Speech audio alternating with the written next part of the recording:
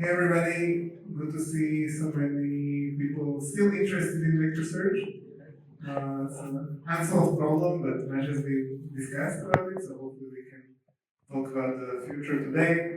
I'm Daniel, I'm one of the founders of Superlink, and we help people get better results out of their vector search. So we work with the database folks to make better vectors that then go into their systems for the actual searching. Cool.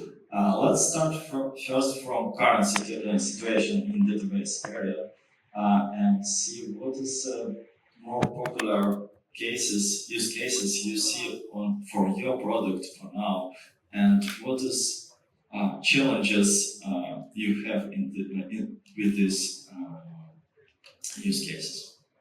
So it's kind of like compression, right? You have, your pictures, your documents, your behavioral data. Oftentimes, it's a lot of data and it's really hard to work with. And vectors are a way to kind of pull out the thing that matters to the application, right? Maybe it's who is in the picture or similarities in behavior. We heard about the fraud use cases. And then feed it into the use cases, right? So people should think about vectors as the middle point between, here is all your data. Then on the other side is your use case, right? This is, you want to sell more t-shirts on your website, you want to catch the user accounts that are trying to cheat your billing system.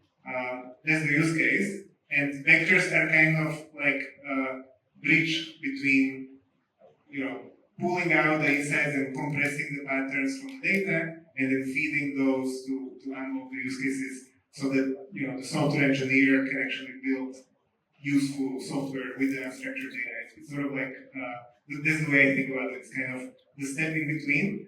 And that's how I also think about the progress, right? So we have been asked, like, okay, how far down the line are we in vector search being kind of fully deployed?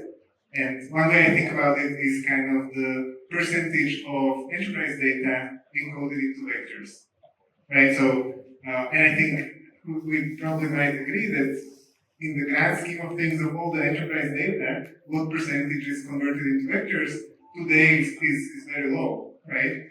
And so, okay, there is like, a lot of vector databases, what has been discussed about it, but we are still so early in the journey that people don't really have like a good concept of where this will all land, right? Can I add? I think this great concept of looking at it from compression as a way of talking about it. In this space, it's about context, right? Like being able to preserve a lot of the innovation we are seeing now in the space is around how we preserve the context, both at the LLM level, but also at the vector databases level. And I think it's spot on, like how you're describing, like how the evolution is happening. And I think all the data in enterprise is going to get vectorized. That's right. And just maybe on the side of the use cases, the two most interesting for us right now are use cases around e-commerce. So helping people understand their users, sell them, show them the relevant things, get them to buy, understand the product inventory, based on images and descriptions and behavior. So e-commerce kind of one cluster. And my background is in YouTube ads, so I like applications of computer science where if you do a good job, company makes more money, and it's like very close link because then you can get budget for the project, right? So e-commerce is cool. And then the other area that I think really took off in the last kind of few months is document search based on vision capable models, right? So you have your PDFs with your kind of support manuals and diagrams and slide decks, and historically document understanding and search has been kind of a two-step process. You pull the text out of the document and then you treat it as kind of a text search model, which is very limiting, right? Because in that OCR step, you lose a lot of the information about the layout and context. And what we have seen recently with Code Valley and similar models, Code Valley now has 100,000 monthly downloads, so it's crazy.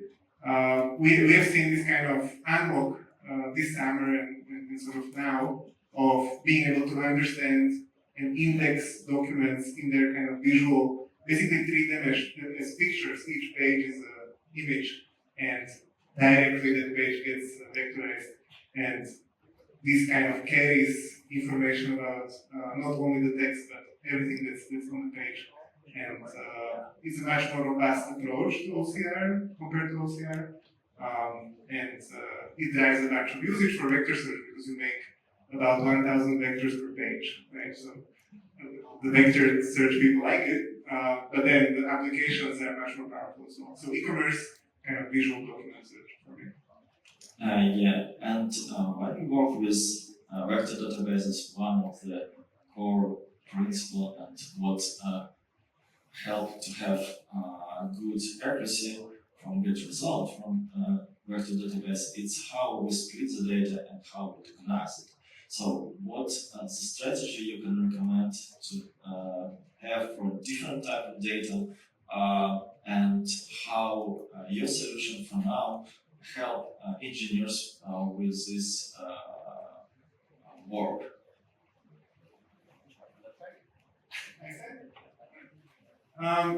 Yeah, I mean, when we talk about unstructured data, it comes in many forms, right? So let's say like a document has a bunch of pages, or a product image is just an image with some metadata, or like a long article is a whole bunch of text that in it mentions, all kinds of different topics.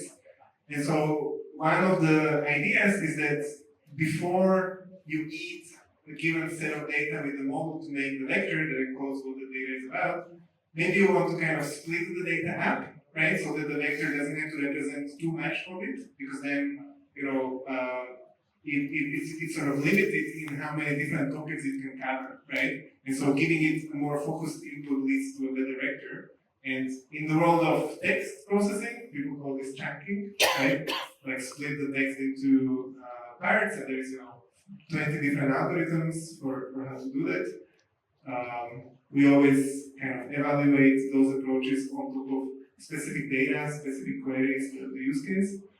But this, when people think about chunking, they kind of think it's sort of special to text, but it's the same for any other type of data, right? You want to figure out a way to split your data into coherent parts, pages of a document, paragraphs of longer text, clusters of spatial data, and do it in a way that you evaluate the quality of doing that together with the whole subsequent pipeline, right? So you have a set of questions. Hopefully everybody in the room starts a GenAI project with the eval, right?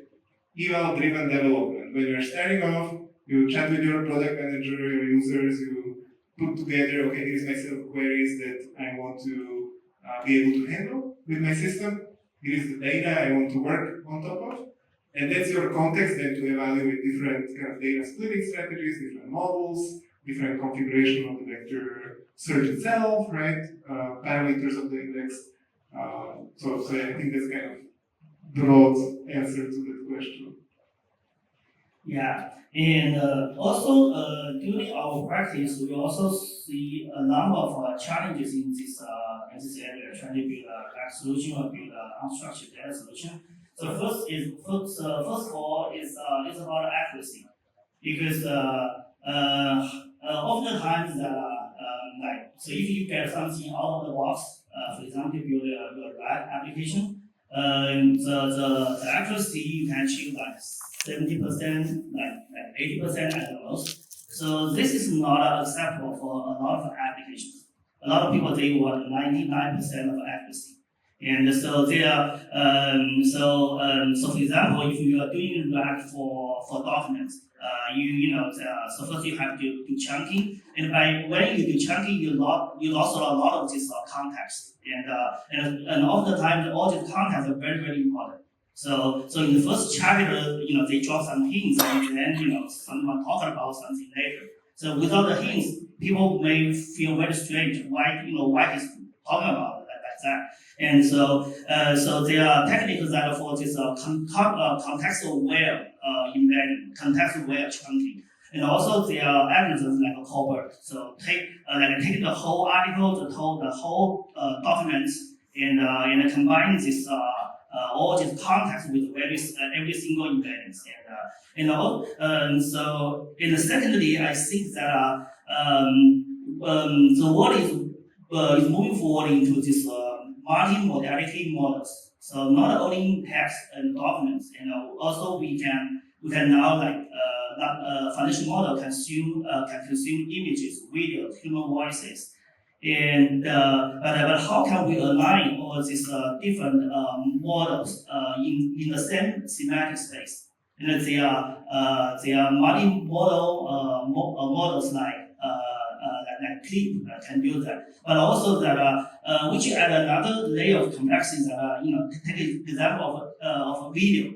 So we know that like video. So when we are watching a movie, if we absent from the movie for like 10 minutes, we probably lose a lot of context, and we so how can you do this video chunking and make sure that all this sort of like time series based images and we keep the context. And so that's about multi model. And the third thing is that is data volume will grow crazy.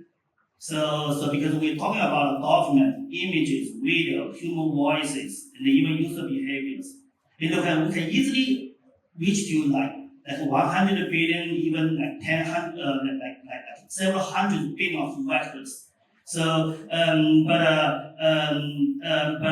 given all this large volume, a lot of applications want to find a way that is going to be cost efficient. Otherwise, there's no need to build a vector semantic search. It's going to be too costly. And so how can you scale out your system? How can you scale out your application? And to make sure that not only meeting the QPS requirement, the latency requirement, but also that the total cost of ownership is still relatively low. That economically you can make this feasible to your application.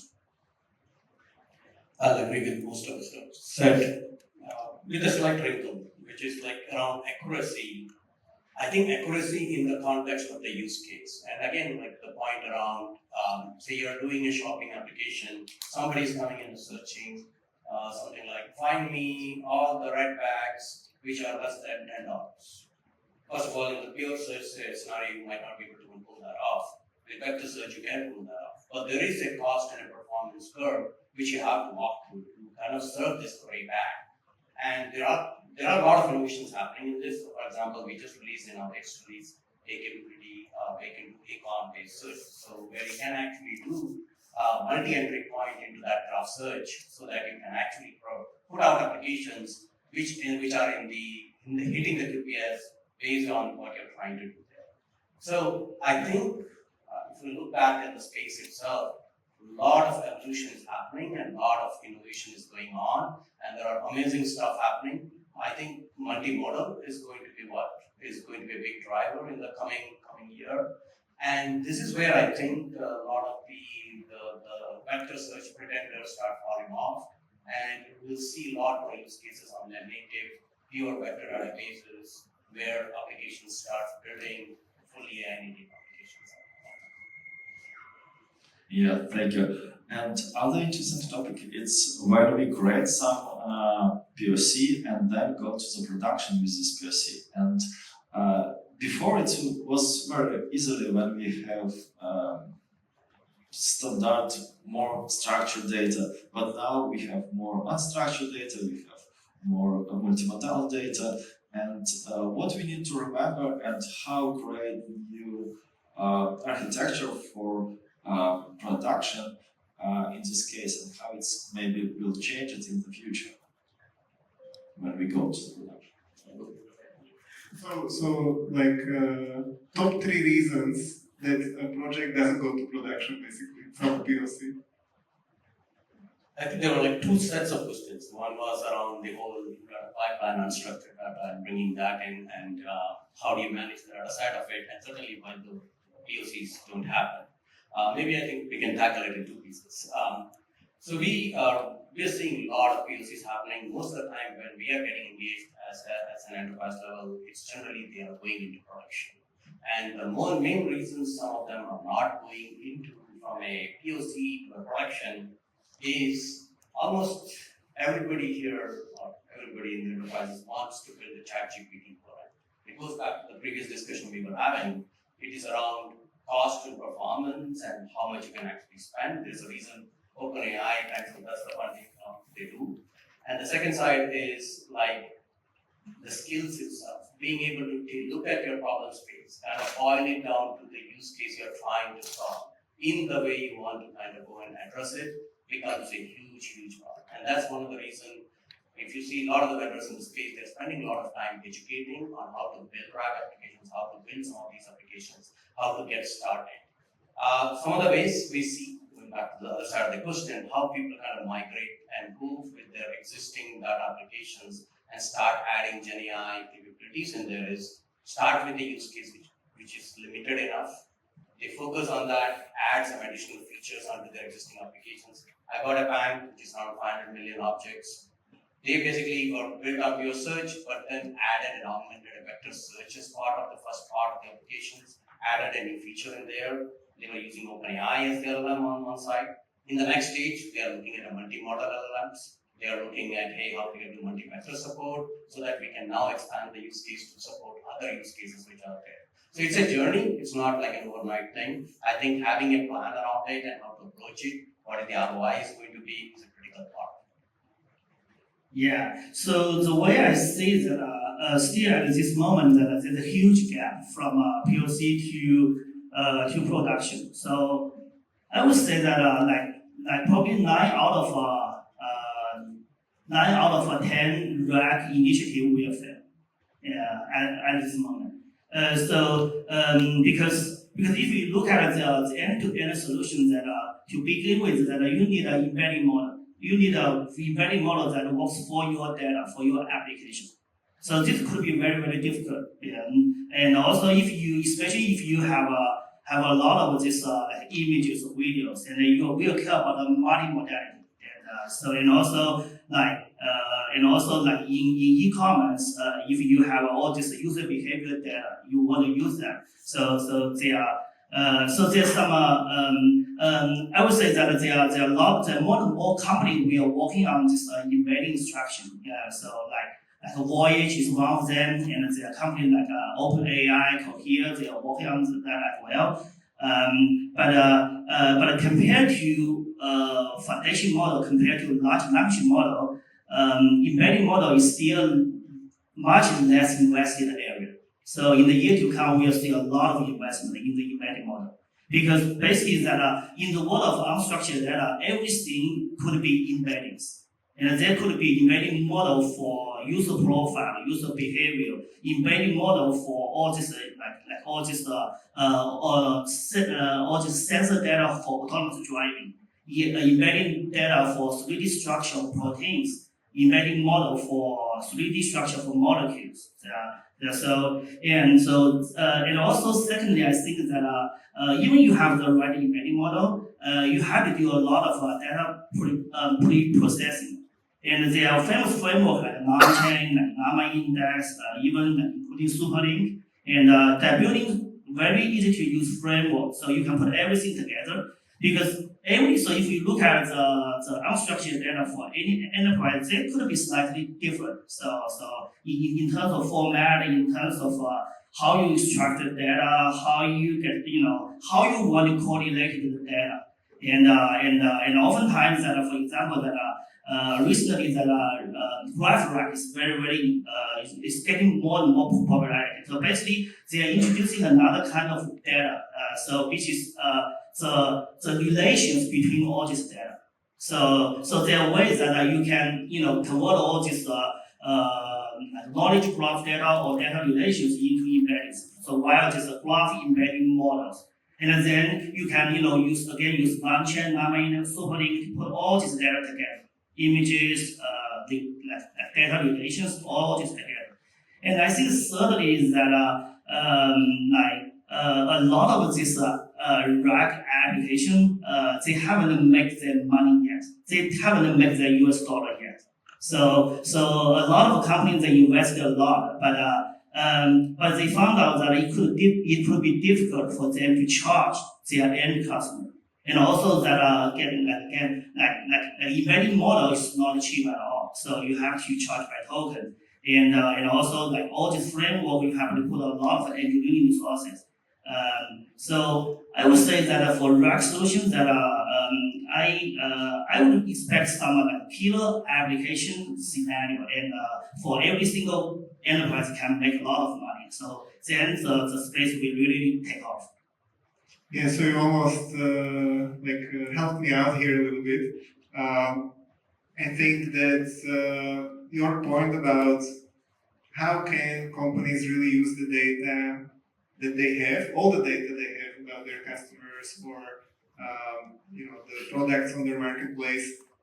When you just look at the pre-trained model, right, that can, for example, take text and make an embedding or take an image and make an embedding, it's very far from being able to take all the information about an object, right? Let's say a product in a marketplace has an image, has a description, has a price, has some clicks on it from users, right? There's a whole bunch of data that this pre-trained model that can only eat text and image is not going to be able to take all of that data and make a vector that actually encodes all of it and then drive the quality of the output.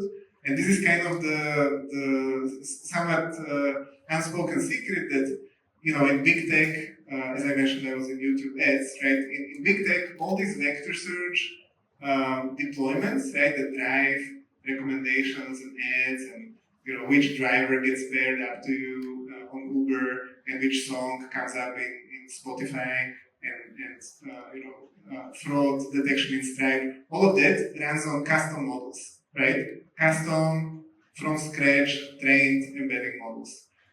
And that's the step that's running in production, and it's mission critical. That's on one side of the equation, and the other side in the broader market, people try to make their RAG application, the recommendations work with those pre-trained models. And actually, that's something we focus on at Superlinked, is how can we get companies closer to the performance of the custom model that can use all the data, but with usability of the pre-trained frameworks and stuff, right? And we have this insight that you can construct embedding models by combining pre-trained components, and then fuse those components to create a model that really fits your data across all those different clicks and price and image and descriptions, all of that combined. So as Charles was saying, I think one of the unlocks for how do we get this from 0.1% of all enterprise data being vectorized to something sizable will be innovation on the model side, and we're part of working on that. Now let's speak about the future and think about the future. What features do you see in the future we'll need to have in vector databases? Very cool. Maybe I'll mention two things on the cost side, because I agree that to get all the enterprise data vectorized, we need to make this. We have to help people have solutions that are more affordable. Okay, there is probably some trade-off with accuracy and with speed, but there has to be the options, right? And I think kind of two elements of the cost that will play out next year more is flash memory, right? So, interestingly, the flash drives today are about as fast as when kind of vector search was starting out was the speed of memory, RAM, right? So the flash drives are getting extremely fast, and so being able to utilize them, and obviously the price is order of magnitude cheaper. So I think the flash drives will help.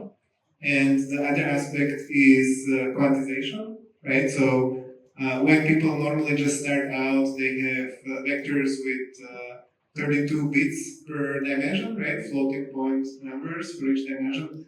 And this is obviously kind of quite expensive. But, when you go down to something like 8 bits per dimension, you lose maybe a few percentage points of accuracy, a handful of percentage points, and you get the 4x reduction in size as well. And then also improvement in speed, right? Because you don't have to do those expensive floating point comparisons. So I think we are kind of well on the way to make this thing 10 times cheaper. I think that's totally feasible, which unlocks a whole new set of use cases. And then on the other side of that, there will be 10 times more data to process, right? So all the behavioral data that you have all collected in your data warehouse, who is clicking on what, how are people interacting with my RAG, what's going on in the network, all of these logs, basically. The previous generation of search systems, right, found a lot of usage in logs analysis, right? This system starting with the letter E, right? It started as a general search system, and now it's basically a log analysis tool. And because there is a lot of data to process, and you need to kind of quickly zero in on the right records somehow. And I think this will happen to vector search as well. So its application to the data that sits in your data warehouse right now, behavioral data, that will be one of the biggest unlocks. Yeah, and in that, let's do by one prediction for the next year for the vector databases. One core prediction. This could be difficult. In what sense do you mean? Like In any sense. Maybe some use cases, maybe some interesting challenges, maybe the market will grow. So. Yeah. So the way I think about it, like people listening to us here about vector search, I think my main goal is to help as many of you as possible to get promoted using our technology. Okay? This is basically the goal, and everything else is kind of implementation details, right? So what does this mean? You need to create value for your company using our technology, right? And then you get promoted. And so we have to make it easy to create value, and we have to explain it to you how to actually do it. And your job is to tell us what we get wrong, right? And so when we get asked why are projects not going to production, you have to tell us, right? Hey, we struggle with cost, latency, accuracy with this data, with these queries. We are super interested in what the problem is because we are all in the business of solving the problem, right? And so, I flip the question around and I ask the audience, reach out to us afterwards. We are all on LinkedIn, on social. Charles will have another session. It's your job to tell us what's wrong so we can fix it and then you get promoted. Okay, this is the plan. Yeah, so while Danny was talking, I was trying to think about what should be my prediction. Actually, I can easily share 10, another 10 prediction about vector database. But I really want to talk about one thing that in the past 18 months, vector database is being highly hyped. But in the long run, it's still highly underestimated.